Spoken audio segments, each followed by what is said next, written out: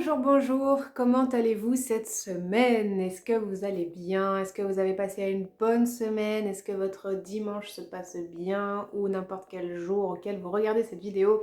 J'espère que vous allez bien. J'ai 4 points à voir avec vous aujourd'hui et je me suis fait une liste histoire de ne rien oublier. Sur ces 4 points, il y en a un qui ne concerne pas Snow et Pinceau et on va commencer directement par celui-là. Ce premier point, c'est quelque chose qui me concerne et qui me touche particulièrement. Je l'ai partagé sur Instagram cette semaine et ça me tient à cœur de le faire ici aussi si jamais vous ne me suivez pas sur les deux plateformes. Et ça me tient aussi à cœur d'en parler plus longuement ici. Via le cercle des créateurs dans lequel je me suis inscrite en décembre dernier, j'ai rencontré Mickaël Loubatière qui est illustrateur. Je vous mettrai toutes les infos en barre d'informations. Et Mickaël a terminé de travailler sur un projet de livre qui est écrit par Aude Nazerola, j'espère que je l'ai bien prononcé, et le thème de leur livre n'est autre que le burn-out. J'ai quitté mon ancienne entreprise suite à un burn-out et c'est quelque chose qui m'intéresse encore aujourd'hui parce que je me pose encore plein de questions sur comment ça se fait que ça se soit passé comme ça et surtout la véritable question que je me pose c'est comment ça se fait que je ne l'ai pas vu venir. J'ai eu dans ma vie certaines périodes difficiles où je me disais bon, j'ai vécu ça dans ma vie personnelle, ça ne m'arrivera plus parce que je sais reconnaître les signaux, attention Laurie, ça c'est danger, ça c'est danger. Du point de vue professionnel, que nenni, rien à voir, je n'ai rien vu venir et ça c'est quelque chose qui me... Vraiment ça me pose question parce que comment c'est possible de vivre une certaine situation à un moment donné dans une de ses vies, pour moi personnelle, et de se dire dans ma vie professionnelle ça ne m'arrivera pas, se dire que se faire marcher dessus, ne pas se faire respecter, tout ça, comment ça se fait qu'on se laisse faire en fait dans notre vie professionnelle ou qu'on ne sache pas détecter en fait tous ces trucs qui vont faire qu'un jour on va péter les plombs. J'ai plein de questions sur le burn-out, j'ai également des questions, là ça fait 1 an que j'ai quitté ce job. Je ne sais pas si on peut dire ça comme ça, mais j'ai des symptômes post-burnout. Je sais pas comment expliquer, mais j'ai encore plein de questions sur comment ça se fait que j'ai encore des blocages et encore peut-être de la rancœur ou du ressentiment à cause de ce qui s'est passé il y a 1 an. Voilà, donc j'ai plein de questions et ce livre, j'espère vraiment qu'il verra le jour. J'ai eu l'occasion d'en parler un petit peu avec Mickaël et franchement, j'aimerais bien le lire. Voilà, clairement, j'aimerais bien le lire. Tout ça pour vous dire que son livre actuellement fait l'objet d'une campagne Ulule. J'y ai participé cette semaine. Je vous mets le lien de la campagne si vous souhaitez découvrir et éventuellement participer au projet, si ça vous intéresse. S'il y a des personnes autour de vous qui sont mal dans leur boulot, qui sont mal dans leur peau, n'hésitez pas à leur partager aussi ce lien, au moins pour qu'ils puissent prendre des informations parce que même dans la description du projet on a déjà pas mal d'infos donc ça c'est intéressant. N'hésitez pas à aller jeter un œil si ça vous intéresse et à partager. Moi de mon côté j'espère de tout cœur que cette campagne verra le jour et force à toi Mika, ça va le faire. N'aurais-je pas oublié de vous donner le titre du livre? Pourtant il est écrit sur mon post-it. Le titre du livre en question c'est Chronique d'un salarié en détresse, mais avec un S au milieu, donc déstress. Voilà, chronique d'un salarié en détresse, déstress. La fille qui sait pas du tout faire les promos.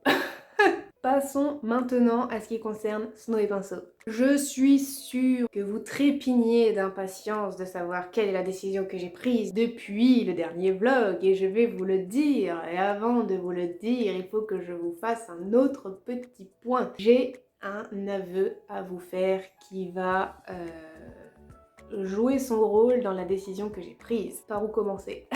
Je suis quelqu'un, vous le voyez, qui suis toujours de bonne humeur, qui suis bien et surtout j'ai besoin d'être dans de bonnes conditions, de ressentir des bonnes émotions, de bons sentiments pour pouvoir créer. Voilà. Je suis incapable de créer quelque chose, que ce soit un dessin, une peinture, un texte, si je suis mal, si je ressens de la tristesse, si je ne suis pas heureuse à 100%. J'admire les personnes qui sont capables de créer dans la tristesse, ce n'est pas mon cas. En janvier, dans mon premier vlog, je vous avais dit que j'avais un peu eu une perte d'inspiration, mais en fait, c'est pas de la perte d'inspiration, c'est tout simplement un blocage. un blocage parce que ma créativité est reliée à mes émotions et si je n'ai pas les bonnes émotions pour créer, je ne peux tout simplement pas créer. Et là, l'aveu que je vous fais, c'est que ça fait des semaines, ça faisait des semaines que j'étais incapable d'écrire une ligne. Vous vous souvenez sûrement comme je vous prenais la tête à chaque semaine pour vous dire que j'étais trop contente de travailler avec ma correctrice, etc. Blablabla. Et ben, je l'ai rapidement contacté pour lui dire écoute, si t'as pas de mes nouvelles, bah c'est normal, je traverse telle période. C'est ma vie privée, mais ma vie privée impacte sur mon projet professionnel parce que elle est au courant de l'histoire, donc elle sait que j'ai besoin de ressentir certaines émotions pour pouvoir écrire mon histoire. Et je lui ai dit, ben voilà, je suis pas dans une période où je peux écrire. Voilà, tout simplement, je suis bloquée. Je lui ai dit, ma deadline de mai ne sera jamais tenue, je suis désolée. Et elle a été super compréhensive, elle m'a dit de pas m'inquiéter. Elle m'a donné des astuces pour essayer de trouver de l'inspiration ailleurs et de me débloquer. Elle m'a dit de ne pas m'inquiéter, que si jamais je fais un texte et que je préfère lui envoyer un par un, histoire que moi j'ai l'impression qu'on avance, et ben je pouvais aussi lui transmettre les textes un par un plutôt que 5 par 5 comme on l'avait défini au départ.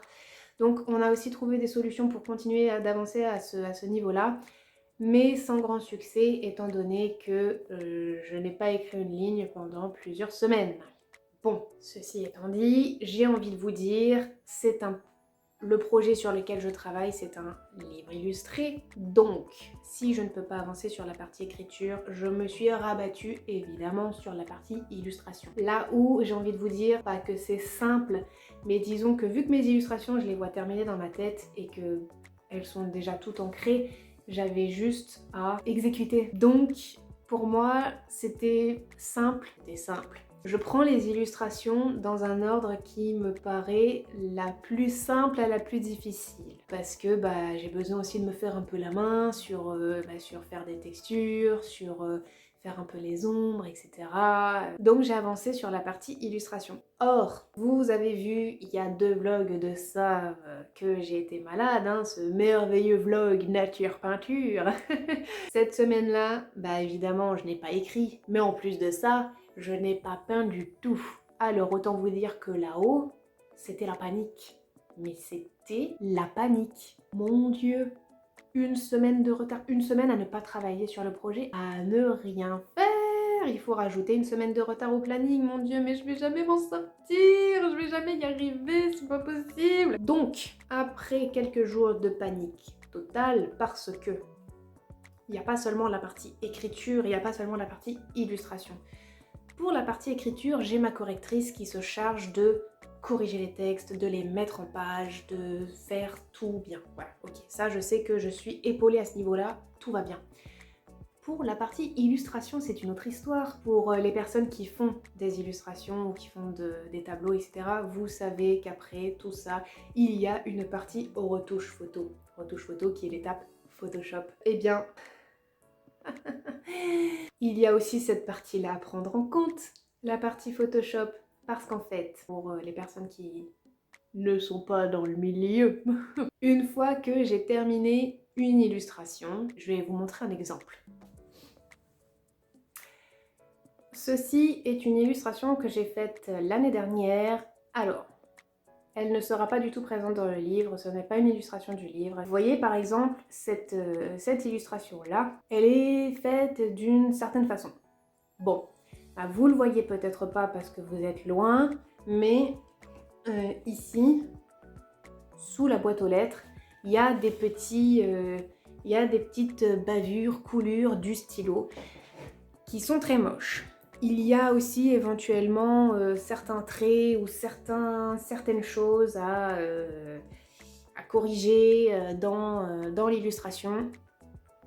Toute la partie en fait de passer de cette illustration-là, format papier, à un fichier digital prêt à être imprimé chez un imprimeur, eh bien il y a toute une partie de retouche à faire via Photoshop. Cette partie retouche, quand on n'a pas les compétences sur Photoshop, c'est long. De base, je suis quelqu'un qui me pose beaucoup de questions. et qui essaye de prévoir toutes les éventualités possibles d'une situation pour essayer d'être préparé le plus possible, au maximum possible en cas de chaque situation. Voilà, j'essaye de, comment dire, d'être préparée à tout ce qui pourrait arriver en fait. Bien que c'est impossible d'être préparé absolument à tout, mais j'essaye de me poser un maximum de questions pour me dire ah, bah si jamais en fait il se passe telle chose, et ben il peut se passer ça ou ça. Ah mais alors en fait s'il se passe ça, ben en fait il va se passer ça ou ça ou ça. Et si jamais il se passe ça ou ça ou ça, je peux faire ça ou ça ou ça. Donc, après avoir paniqué pendant quelques jours, je me suis dit, bon, pour la partie Photoshop, posons-nous des questions. Déjà, ce que j'aime bien faire, c'est poser des questions en... Comment on appelle ça? Vous savez, les arbres là, les... Oh, comment on appelle ça? Les questions en entonnoir mais inversées. On part d'une question fermée, oui, non, et après, enfin, c'est des questions fermées, vous savez. Par exemple, là, on met Photoshop au milieu. Voilà. Photoshop est au milieu. On va se poser deux questions. Est-ce que j'ai les compétences ou pas sur Photoshop? D'un côté, oui, d'un côté, non. Si j'ai les compétences, est-ce que je suis en capacité de déterminer le temps que ça me prendrait pour retoucher toutes mes illustrations? Oui ou non, encore une fois. Sinon, il faut trouver une solution pour déterminer le temps dont on aura besoin. Si oui, je détermine le temps que ça me prendrait. Et la question primordiale qui arrive à ce moment-là, c'est une fois qu'on a déterminé le temps que ça prendrait de retoucher toutes les illustrations du livre, c'est est-ce que je dispose de ce temps-là pour faire cette tâche-là? N'ayant aucune compétence sur Photoshop, je ne peux pas vous dire que ça prendrait X jours, bien que jour ce serait trop optimiste, ou X semaines, ou pire X mois. Donc, si oui, voilà tout ce qui se passe. Sinon, qui est mon cas, je n'ai pas les compétences sur Photoshop. Les questions que je me suis posées. Est-ce que j'ai le budget ou pas pour me former? Oui ou non? Si oui, il faut que je cherche des formations, il faut que je compare toutes les formations, que je vois celle qui est le plus avantageuse au niveau des modules qui sont proposés, aussi au niveau du tarif. Bon, combien de temps va durer la formation? Parce que combien de temps ça va me prendre pour m'auto-former? Et combien de temps après ça va me prendre pour faire les choses? Encore une fois, la question ici c'est est-ce que je dispose de ce temps-là pour m'auto-former et pour exécuter? Oui, je fais. Non, il faut trouver une autre solution. Si je n'ai pas le budget pour m'auto-former, il faut que je trouve des solutions alternatives. Donc maintenant c'est merveilleux, nous avons plein de ressources gratuites sur internet, notamment YouTube. Il doit très certainement y exister des tutos pour prendre en main le logiciel. À savoir que quand on est complètement débutant dans Photoshop et également débutant dans l'illustration, on ne sait peut-être pas tout ce qu'il faut faire, donc il faut prendre beaucoup de temps pour faire des recherches, trouver les bons tutos qui vont nous permettre de passer d'une illustration au format papier à une illustration prête nickel à être imprimée. Par exemple, s'il y a, je sais pas moi, 3 choses à faire, par exemple, enlever toutes les petites salissures, etc., refaire les couleurs, mais qu'il y a une troisième chose à faire et qu'on ne sait pas qu'il faut faire cette troisième chose, et ben notre illustration, elle ne sera pas au maximum de son potentiel ou de sa beauté, ou je sais pas trop comment le dire, mais vous voyez, elle sera pas au maximum du résultat final qu'on pourrait obtenir si on avait toutes les connaissances et compétences sur Photoshop. Donc une fois qu'on a trouvé tous les tutos, encore une fois, il faut regarder si on a le temps de s'auto-former. Et est-ce que, après, est-ce qu'on... C'est la question qui revient toujours, hein. Est-ce qu'on a le temps de s'auto-former et est-ce qu'on a le temps d'exécuter? J'ai dans mon entourage des personnes qui sont graphistes et qui m'ont dit que Photoshop ça prenait énormément de temps. Il ne faut pas oublier que je fais un livre illustré et donc j'ai beaucoup d'illustrations qui sont dans des grands formats A4 comme celle-ci, mais il n'y a pas que ces illustrations là, il y en a plein d'autres qui vont venir agrémenter le livre. Il y a aussi la couverture, il y a tout ça, donc quand on n'y connaît rien, eh ben potentiellement on peut prendre plus de temps. Déjà c'est clair que l'auto-formation ça prend du temps et ensuite l'exécution, on ne va pas aller aussi vite qu'une personne qui a les compétences. Donc une fois que je me suis rendu compte de tout ça, je me suis dit mon Dieu, Laurie, tu prends du retard, t'as pas les compétences, ça va être chaud, bouillant, patate. Mais quand je vous dis chaud, bouillant, patate, c'est que je me suis dit que j'y arriverais pas. Tout simplement, je me suis dit, c'est mort, je vais pas y arriver. Et donc, la décision que j'ai prise, vous devez vous en douter, j'ai décidé de déléguer la partie Photoshop. Voilà. Et je peux vous dire que ça m'a retiré un poids des épaules, ça m'a fait du bien, je me suis sentie soulagée. Franchement, ça va mieux. Pourquoi j'ai pris cette décision? Et bien pour toutes les questions que je viens de vous énumérer, la principale étant que est-ce que je vais avoir le temps de m'occuper de tout ça? La réponse est clairement non, parce qu'il n'y a pas que les illustrations du livre à retoucher et il n'y a pas que la mise en page du livre à faire. Il y aura toutes les autres illustrations de toute la collection de cartes en fait qui va venir s'ajouter à ça et je n'aurai pas le temps ou alors il faut clairement que j'arrête de dormir parce qu'il y a trop de choses à faire, tout prend du temps, c'est terrible. Des fois je me lance dans quelque chose, je me dis allez j'en ai pour 1 heure et en fait j'y ai passé 3 heures dessus, c'est terrible. C'est tout prend du temps et clairement pourquoi prendre du temps maintenant alors que mon temps est compté? N'oublions pas que l'objectif c'est de sortir le livre en campagne en septembre. Pourquoi me mettre la pression maintenant pour essayer de faire quelque chose et perdre du temps? Enfin, c'est pas perdre du temps parce que je vais développer des compétences nouvelles, oui. Mais le but, vraiment le but, c'est de sortir le livre.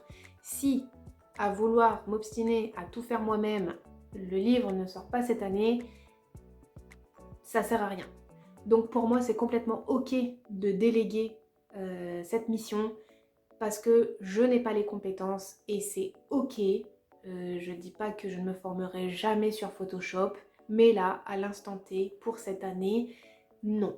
Clairement non. Mon objectif c'est de sortir ma collection de Noël, c'est de sortir mon conte de Noël et je vais tout faire et je fais tout pour qu'il voit le jour. Donc si je dois déléguer, eh ben je délègue. J'ai de la chance de pouvoir le faire, donc je le fais. Cette décision m'a vraiment soulagée parce que au-delà de l'investissement financier que c'est, parce que ça a quand même un certain coût, il faut aussi voir les choses d'une autre façon. Il faut se rendre compte de tout le temps que je vais économiser à ne pas faire tout ce travail-là. Et c'est ça qui est important. Je n'investis pas seulement dans quelqu'un, dans ses compétences, j'investis aussi pour gagner du temps. Donc finalement, tout le monde est gagnant. Et je travaille avec une graphiste qui est super. Voilà, je vous ai saoulé pendant plusieurs vidéos avec ma correctrice et ben maintenant je vais vous saouler avec ma graphiste. Non, franchement, j'ai trop de chance d'être tombée et sur ma correctrice et sur ma graphiste parce que ce sont des personnes en or. Et alors, je suis obligée d'en parler. Je lui ai demandé un devis il y a 2 semaines. Elle m'a fait un devis, les amis, aux petits oignons. Que si tout le monde faisait des devis comme ça, mon Dieu, mais on vivrait tellement dans un monde meilleur. Un devis bien expliqué, toutes ses prestations expliquées. On ne peut pas ne pas comprendre son devis, c'est clair, net et précis. Les prix en fonction des prestations, voilà, tout est clair. On sait dans quoi on s'engage, on sait à quoi on a droit et c'est super. Voilà, voilà, c'est quelqu'un qui est professionnel, qui est réactif, qui est à l'écoute, qui elle aussi est emballée par le projet. Quand je lui en ai parlé, elle a été super contente que je lui propose de travailler avec moi et franchement c'est génial, voilà, c'est trop bien, je suis trop heureuse et je suis heureuse qu'elle soit heureuse de travailler avec moi et voilà, tout le monde est heureux, c'est parfait. Tout ça pour dire que là, sur ces 2 dernières semaines, ça a dépoté ici dans le bureau, grâce notamment à cette décision. Une fois qu'elle m'a envoyé son devis, on s'est fait un appel pour se dire voilà, on reprend le devis point par point, histoire de se dire est-ce qu'on est sûr toutes les deux qu'il y ait bien tout ce qu'on s'était dit au téléphone avant et est-ce qu'on est sûr toutes les deux de bien comprendre ce qu'il y a. Donc point par point on a vu, on a vérifié, oui ok c'est bon, c'est nickel, devis accepté. Suite à ça, lundi matin, je lui ai envoyé un mail complet avec toutes les informations du livre.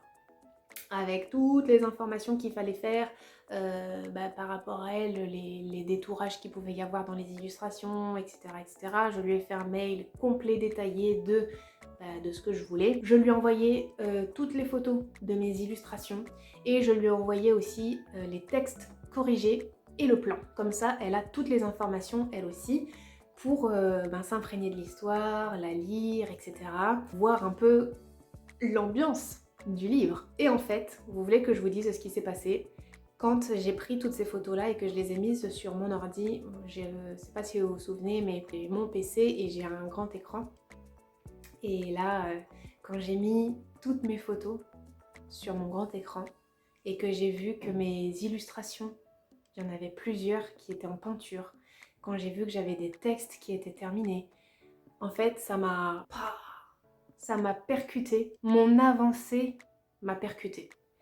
Je ne me rendais pas compte que j'avançais. Pour moi, je continuais, j'avais pas l'impression d'avancer. Et en fait, là, de lui avoir fait un mail complet avec tout ça, je me suis rendu compte que oui, ça avance, ça prend de l'ampleur, ça grossit, ça commence à prendre forme. Et ça m'a rendue tellement fière et heureuse de voir tout ça que je sais pas ce qui s'est passé. Je vous avais dit tout à l'heure que j'avais été incapable d'écrire une ligne pendant plusieurs semaines. Et ben là, de parler avec ma graphiste, de lui dire oui, il va se passer ça, il va se passer ça, machin, je me suis dit allez, là je prends le taureau par les cornes, aujourd'hui j'écris. Et cette semaine, vous êtes assis? Cette semaine, j'ai écrit 7 textes. 7 textes en 2 jours, je crois, ou en 2 jours et demi. Voilà. En vrai, je suis à 6,5, là je suis sur le point de terminer un demi-texte. Donc voilà, je suis très contente d'avoir avancé comme ça. J'ai remis la machine en marche et je suis de nouveau dans un élan de créativité et de productivité, hein, on va pas se mentir. Et en fait, d'avoir ma graphiste maintenant pour imager les choses, je me sentais un peu avoir une béquille, vous voyez, du côté écriture. Je me sentais soutenue à ce niveau-là. Mais c'est vrai que côté illustration, des fois, j'étais un peu... pas seule, mais même si je demandais conseil à mes copines créatives, c'est pas pareil que là, maintenant que je sais que je travaille avec quelqu'un, je me sens aussi soutenue maintenant, j'ai l'impression d'avoir 2 béquilles de chaque côté, maintenant je ne peux pas tomber parce que je suis soutenue. Et c'est incroyable parce que ma correctrice a été là, elle m'a soutenue et elle m'a dit t'inquiète pas Laurie, ça va aller, ça va le faire, et essaye de faire ci, essaye de faire ça pour te retrouver un peu de l'inspiration pour écrire. Donc j'ai eu un coup de mou, mais elle a été là pour me remonter. Et là, ma graphiste, c'est pareil, elle m'apporte son regard de professionnel par rapport à l'illustration, par rapport à la mise en page du livre, etc.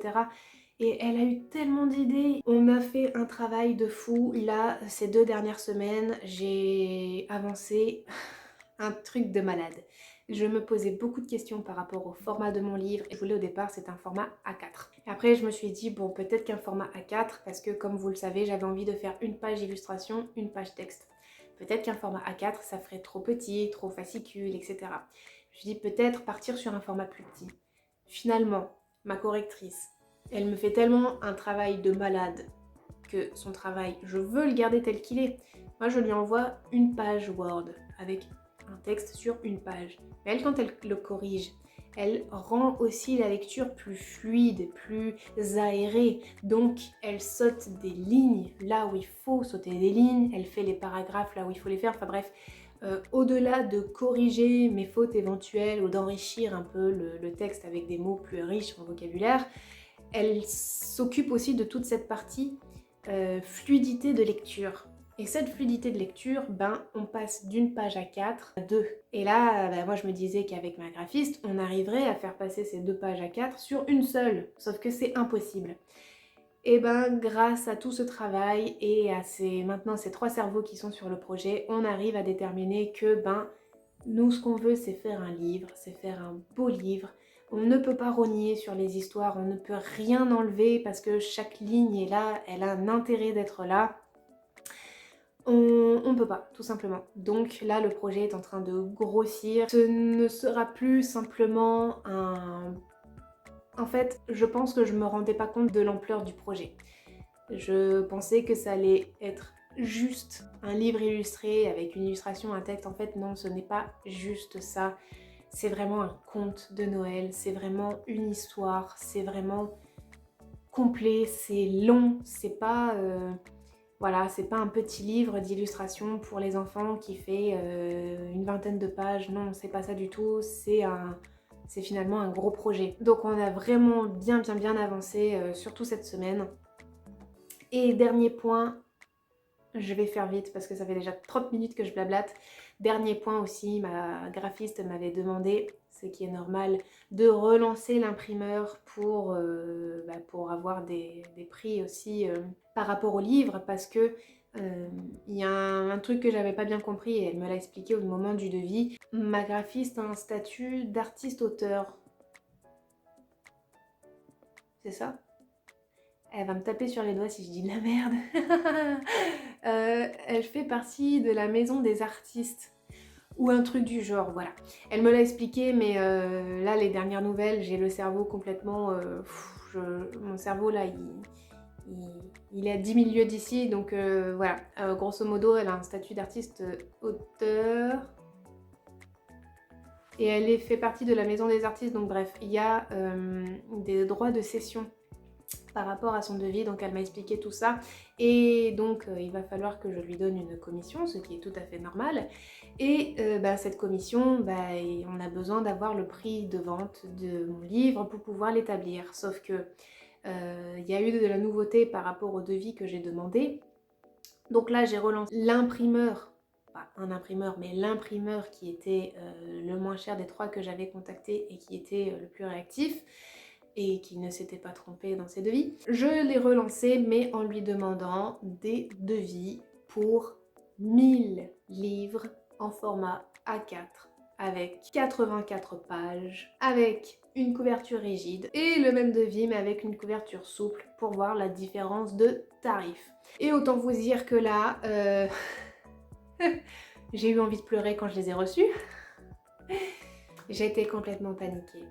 J'étais complètement paniquée parce que, je vais être honnête avec vous, les devis dépassent les 10 000 euros. Donc, autant vous dire que si j'étais super pimpante en début de semaine, là j'ai mon cerveau qui part dans tous les sens pour me dire mon Dieu, mes prix, mon Dieu, comment je vais faire, comment je vais calculer. Parce que moi dans ma tête j'avais un prix de vente pour mon livre que je ne voulais pas dépasser. Et là en fait c'est terrible parce que je ne pourrais pas vendre mon livre au prix auquel je me l'étais fixé. C'est impossible. L'inflation, merci, se fait ressentir absolument de partout. J'ai regardé des campagnes Ulule passer pour des livres qui ont été faits il y a l'année dernière ou même l'année d'avant. C'est complètement incomparable. Les projets de livres qui sont sortis avant et les projets de livres qui sortent maintenant. Je ne sais pas aussi si l'augmentation de ces tarifs sont dus à la région où j'habite. Je sais que la Côte d'Azur en est chère, mais quand même, j'espère que c'est pas ça qui fait que c'est aussi cher. Par curiosité, je pense que j'irai demander des devis dans d'autres régions pour voir si les tarifs sont chers partout ou s'il y a que chez moi pour trouver une alternative parce que c'est pas possible. Et voilà, donc autant vous dire que là mon cerveau est un peu dans... Il part, il calcule, il se pose des questions, comme pour toutes les questions que je me suis posées par rapport à Photoshop, là il y a tout plein de questions qui... J'ai le cerveau en ébullition. Quand j'en ai parlé avec mes copines, ma graphiste a tout de suite vu que ça allait pas. Elle a senti que ça allait pas. Elle m'a dit Laurie, je t'appelle. Ok. Et là, elle a essayé de me remonter le moral. Elle m'a dit écoute Laurie, ne lâche rien. Oui, c'est cher, mais c'est normal que ce soit plus cher parce qu'on a plus de pages qu'au départ. On a plus de quantité. Ça va être un beau livre-objet. Il faut prendre aussi en considération le livre que ça va être. Et elle m'a surtout dit ne dévalorise pas ton travail. C'est un livre qui prend des mois à faire. S'il faut le vendre un peu plus cher que ce que tu avais prévu, je lui ai dit le prix. Elle m'a dit, je trouve pas ça déconnant pour un livre de cette ampleur. Et là, maintenant qu'en fait elle est au courant du projet, elle me donne son avis par rapport à tout le travail qui va être fourni pour faire ce livre. Et c'est là où je vous dis qu'en fait, pareil que ma correctrice, je me sentais un peu avec une béquille du côté écriture. Ben là, ma graphiste est complètement venue me... Voilà, j'étais un peu comme ça en train de me laisser abattre par cette nouvelle. En fait, elle est venue derrière moi, elle m'a rassurée, elle est revenue me remonter en fait comme ça et ça m'a fait beaucoup de bien. J'ai notamment une copine créative qui m'a dit Laurie, tu te lances pas dans un petit projet de livre illustré pour les enfants, tu te lances vraiment dans un livre. C'est un vrai projet, c'est lourd ce que tu fais. À un moment donné, il faut assumer le projet. Et là, j'essaye de me marteler l'esprit en me disant ça. Laurie, il faut assumer le projet. Et c'est là où je vous disais en fait tout à l'heure que je n'avais pas conscience de l'ampleur de ce que ça représente. Parce que c'est énorme. C'est énorme. Je n'avais pas conscience de tout ça et là plus j'avance, plus je m'en rends compte et ma copine a raison. Je dois assumer le projet. Je fais un livre. Voilà, je ne fais pas juste une collection de cartes. Je fais un livre. Ça demande beaucoup d'investissement au niveau temps, niveau financier, niveau de mon énergie, etc. Faut pas que je dévalorise tout ça. J'espère que les tarifs resteront ainsi, bien que j'ai peur parce que les devis sont valables un mois. Donc si je veux pouvoir lancer la campagne en septembre, il faudra que je redemande des devis en septembre pour pouvoir les accepter si la campagne réussit. On touche du bois. Et donc j'espère que ça va pas augmenter d'ici là, sinon ça sera terrible. Enfin voilà quoi, donc on va avoir du boulot quand on va devoir faire les prix parce que c'est chaud patate. Mais sinon voilà, les bonnes nouvelles c'est que j'ai repris l'écriture, j'ai avancé et là vous savez quoi, 7 textes finis. Voilà, le 7e il va être fini dans la journée, plus les 5 qui sont déjà corrigés, ça fait 12. Et donc je suis à la moitié. Tout. Et niveau illustration, j'en ai 8 qui sont commencées, j'en ai quelques-unes qui sont terminées qu'il va falloir que j'envoie à ma graphiste pour qu'elle puisse commencer. Et voilà, donc tout va bien, on trouvera des solutions par rapport au prix, par rapport à tout ça.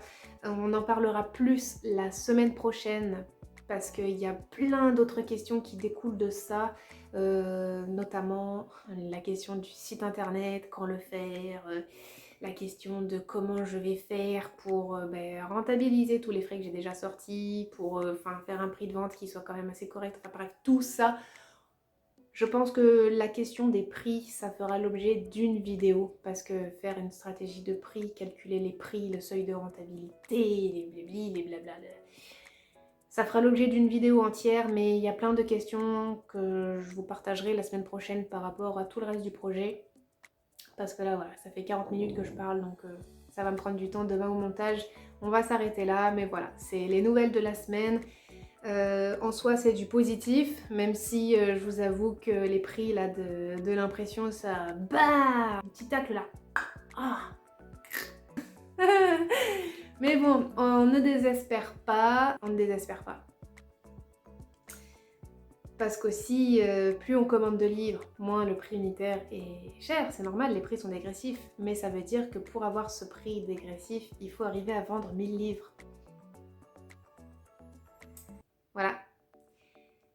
Quelle est la probabilité pour qu'une personne sortie de nulle part, qui se lance sur Insta et sur YouTube, arrive à vendre 1000 livres en 6 mois? Réponse à la fin de la saison. Sur ce, je vais m'arrêter là. Voilà, on avance, on tient le bon bout. Merci pour toutes les personnes qui sont arrivées jusqu'ici. D'ailleurs, pour vous qui êtes encore là jusqu'à la fin, je réfléchis à une façon de vous présenter mes personnages. En fait, je voulais le faire pendant le défi brique. Ah oui, alors d'ailleurs, le défi brique, c'est un échec total. Il n'y aura pas de liste de statistiques par rapport à ça sur Insta parce que je l'ai tenu une semaine et après basta. Donc bon, c'est pas grave. Moi, je me suis pas mis la pression avec ça. Comme je vous ai dit dans le blog de la semaine dernière, je vais reprendre à faire mon trop planning. Donc ça, le défi brique, on laisse tomber. Au début, j'avais prévu de vous présenter mes personnages pendant ce défi, mais finalement, j'ai eu plein d'idées pour comment vous les présenter. Et là, j'ai une idée en particulier pour vous présenter l'amoureuse. Et je préfère que ça prenne du temps plutôt que de bâcler. Donc je vous la présenterai plus tard. dans quelques semaines, j'espère avoir le temps de le faire, j'espère avoir... Il me faudrait une personne en fait avec moi pour me filmer, pour vous faire cette présentation. Soyez un petit peu patient, je sais que vous avez envie d'en voir plus, c'est prévu, mais je veux bien faire les choses. Je veux mettre en avant mes illustrations, je veux mettre en avant mes personnages, je veux bien le faire. Voilà. Quitte à prendre plus de temps, je suis ok avec le fait de prendre du temps. Et je veux prendre le temps de faire bien les choses comme j'ai envie de les faire et pour bien mettre en avant mes personnages parce que vraiment c'est mes petits chouchous quoi. Donc voilà, j'y travaille, j'y pense, ça va venir, encore un petit peu de patience, mais j'espère que tout ça, ça vous plaira. Sur ce, je m'arrête de parler, j'espère que cette vidéo vous aura plu, je vous souhaite une belle journée, une bonne semaine, je vous dis à la semaine prochaine pour de nouvelles aventures, d'ici là, prenez bien soin de vous, ciao!